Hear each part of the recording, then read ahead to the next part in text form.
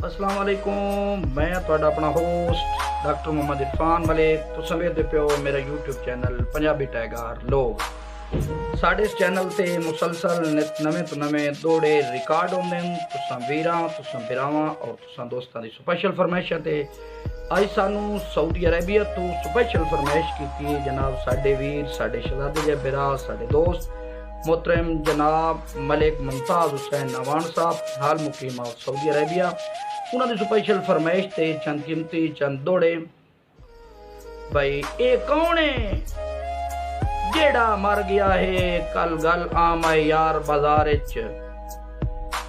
ये कौन है, ये कौन होवे जेड़ा मर गया है गल आम है हर बाजार च। कोई वारिस दानिश बनदा ना एडी खलकत दे अंबार च ते बंदा कोई ना दिसदा आर पार च।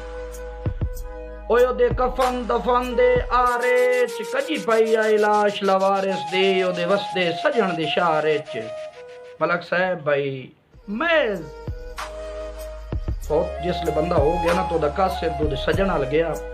उसने मान के खत दिता से पैगाम दिता उसकी तशरीह मैं उस सजण दा खत ना समझे ए फौतकी दी इतला है।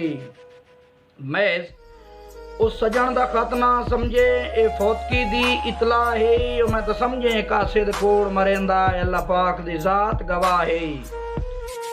ते जब अपड़ जनाजा लेट ना होवे ओ दिल केडा ही लापरवाह है जो आज अगले पार दा दुनिया तो गया दानिश झोंक लदाई।